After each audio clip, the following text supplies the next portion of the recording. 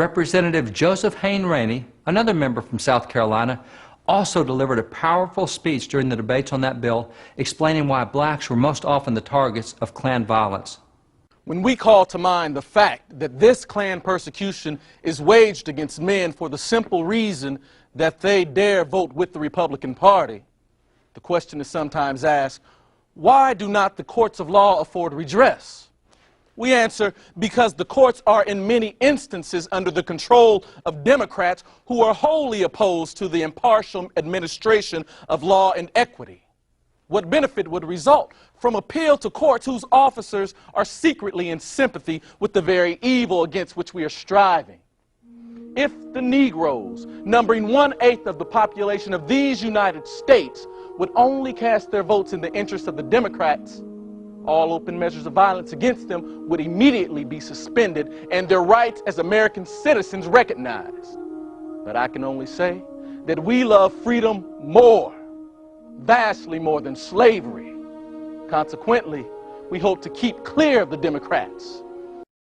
I will also say that in the state of South Carolina, which I represent, there is no disturbance of an alarming character in any one of the counties in which the Republicans have a majority. The troubles are usually in those sections in which the Democrats have control.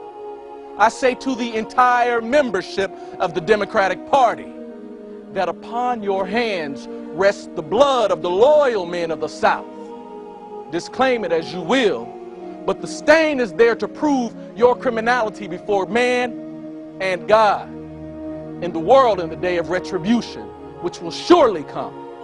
I pity the man or party of men who would seek to ride into power over the dead body of a legitimate opponent. I can say for my people that we are fully determined to stand by the Republican Party and the government. We have resolved to be loyal and firm, and as Queen Esther said long ago, if we perish, we perish. I earnestly hope that this bill will pass. That bill did pass, but only over the united opposition of Democrats. In fact, no Democrat, not a single one, either from the North or the South, supported the Civil Rights Bill to punish Klan violence. 4 years later, black Americans again played a significant role in the debates on a Civil Rights Bill, this time the Civil Rights Bill of 1875 to prohibit segregation and racial discrimination. Following one Democratic tirade against the bill, Representative Robert Brown Elliott rose to respond. It was such a climactic moment that the artist of the day created illustrations depicting the verbal battle that occurred between this black Republican and Democrat Alexander Stephens, who had been the Vice President of the Confederacy and who was a leader of the Democratic arguments on the bill. Elliott's magnificent response did not convert Alexander Stephens or the other Democrats, but it was so eloquent that it silenced them. In fact, the Democrats' rebuttal against Elliott was so weak that the best they could do was to claim that the speech was not really his, that it was so brilliant that someone else must have written it, that surely a black American such as Elliott could not have created such a masterful speech. He so completely befuddled them with his oratorical skills that all they could do was claim that someone else must have written his speech.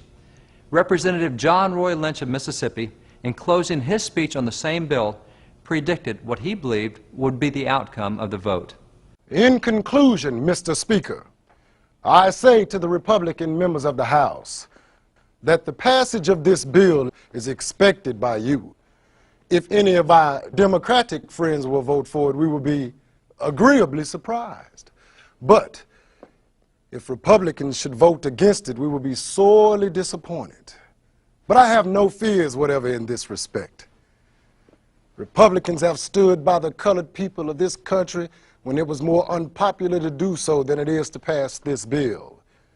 You have fulfilled every promise thus far, and I have no reason to believe that you will not fulfill this one.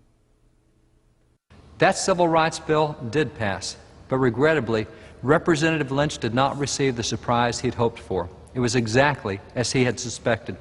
While Republicans overwhelmingly supported the bill, not a single one of the 114 Democrats in Congress voted for that Civil Rights Bill. That Civil Rights Bill, like the others, was passed by Republicans over strident and virtually unanimous opposition of Democrats. That 1875 Civil Rights Bill was the last of the almost 24 civil rights bills passed by Republicans. In fact, following the passage of that 1875 bill, it would be nearly 90 years before the next civil rights law was passed. Why did the rapid progress come to an abrupt halt after 1875? Because in 1876, Democrats gained control of the U.S. House for the first time since 1861. Therefore, with the divided Congress, Democrats successfully blocked any further progress in the civil rights arena. Facing such strident and irrational Democrat obstructionists, the enthusiasm for fighting in that arena soon waned and civil rights momentum was lost. However, not only did Democrats gain the U.S. House in 1876, but they were able to bring Reconstruction to a close by having all federal troops withdrawn from the South, thus removing the final protective barrier between black Americans and those Democrats aggressively seeking to violate their newfound civil rights. From that point forward, the South became known as the, quote, solid Democratic South. Southern state legislatures were again solidly in the hands of Democrats, and white supremacy in the South was reestablished, barring Southern blacks from federal elective offices for an additional 70 years. Returning to 1876, public debate began to focus on issues that had already been raised in earlier civil rights laws, laws and issues that Democrats were now trying to reverse, issues such as education. For example, this piece, entitled Politics and the School Question, Attitude of the Republican and Democratic Parties in 1876, examined the contrasting positions of the two parties on the issue of education. The Republicans had supported public education for all children, regardless of race, but Democrats not only opposed public education for all children, but in fact strongly supported segregated education. For example, this is a published and widely distributed pro-segregation speech by Democratic Congressman James Harper of North Carolina. Notice its title, Separate Schools for Whites and Colored with Equal Advantages. Mixed schools? Never. Similarly, in 1875, the Democratic Executive Committee of Ohio issued this piece on public education to, as they said, expose the tricks of the Republican Executive Committee. What were the so-called dirty tricks of Republicans to which Democrats objected? And what was intended to be an insult about Republicans? The only positive action of the Republican Party on the school question in Ohio is to destroy the system by requiring that whites and blacks be educated together. The Democratic response against open education for black youth sometimes went beyond words to acts of violence, such as when they burned down 8 schools in Memphis in which black youth were being taught. Additionally, since churches in the South frequently provided education for youth, such as St. Philip's Church in Richmond, churches were also frequently burned down. And this is a flyer distributed by the Klan in North Carolina showing a school teacher being stripped and beaten. That flyer, distributed to teachers, warned, Miss Whoever, we send you a picture of the way we treated a Yankee schoolma'am in this county last year. Beware lest you share the same fate. Black leaders understood that good education was important not only to black Americans, but also to the future of the country. Representative Joseph Hayne Rainey, speaking on a bill to strengthen the education system for all students, including young black students, wisely reminded the opposing Democrats, I shall remind the House of one thing more. The youth now springing up to manhood will be the future lawmakers and rulers of our country. That they should be intelligent and thoroughly educated is a prime necessity and of great importance, which is admitted by all and denied by none. All that may be done with this end in view will be returned with an increased interest. I truly hope that those Democrats who oppose this bill will reconsider their opposition and give it their vote when the question shall again be before the House. For one, I shall give it my hearty support, believing it to be just and beneficial in its provisions. Unfortunately, 87% of the Democrats in Congress at that time voted against that education bill.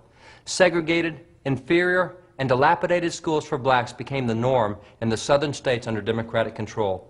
In 1954, the Supreme Court in Brown versus Board of Education finally struck down state segregation laws in education, thus reinstating what Republicans had done nearly 75 years earlier in the 1875 Civil Rights Bill. What was the Southern Democratic response to the court decision finally ending segregated education? There was a twofold response, one of words and one of actions. In the category of words, 100 Democrats in Congress, 19 senators and 81 representatives, passed the Southern Manifesto denouncing the court's decision to end segregation. Those 100 Democrats declared in 1956 that desegregation was, quote, certain to destroy the system of public education, and that there would be what they called an explosive and dangerous condition created by this decision. Also in the category of words, Democratic Governor Herman Talmadge of Georgia issued a written attack on the court decision and promised that, quote, there will never be mixed schools while I am governor. Mississippi Democratic Governor James Coleman, when asked in an interview on Meet the Press whether the public schools of Mississippi would ever be integrated, succinctly replied, I would say that a baby born in Mississippi today will never live long enough to see an integrated school. This was typical of what many Southern Democrats did in the category of words. But the Democratic response went beyond words and also included actions.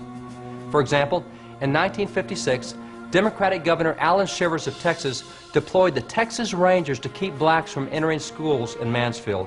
The following year, 1957, Democratic Governor Orville Faubus of Arkansas called out the National Guard to keep black students from entering Central High School in Little Rock. However, Republican President Dwight D. Eisenhower quickly intervened, and he federalized the Arkansas National Guard to take it away from Governor Faubus. Eisenhower then replaced the Arkansas Guard with 1,200 troops from the elite 101st Airborne Division, ordering them to protect the 9 black students who had chosen to go to Central High. Democrats in the U.S. Senate strongly protested against Eisenhower's actions to protect these black students. Georgia Democratic Governor Marvin Griffin also attacked Eisenhower's actions and promised that as long as he held office, he would, quote, maintain segregation in the schools and the races will not be mixed come hell or high water, end quote. Meanwhile, in Arkansas, Democratic Governor Faubus, unable to prevent black students from attending school because of the federal protection they had received, simply shut down the schools for the next year to prevent further attendance. And Virginia Democratic Governor James Almond, like other Southern Democratic governors, also shut down public schools rather than permit black students to attend. In 1960 in Louisiana, where Democratic Governor Jimmy Davis supported segregation, it required 4 federal marshals to accompany little Ruby Bridges so she could attend a public elementary school in New Orleans.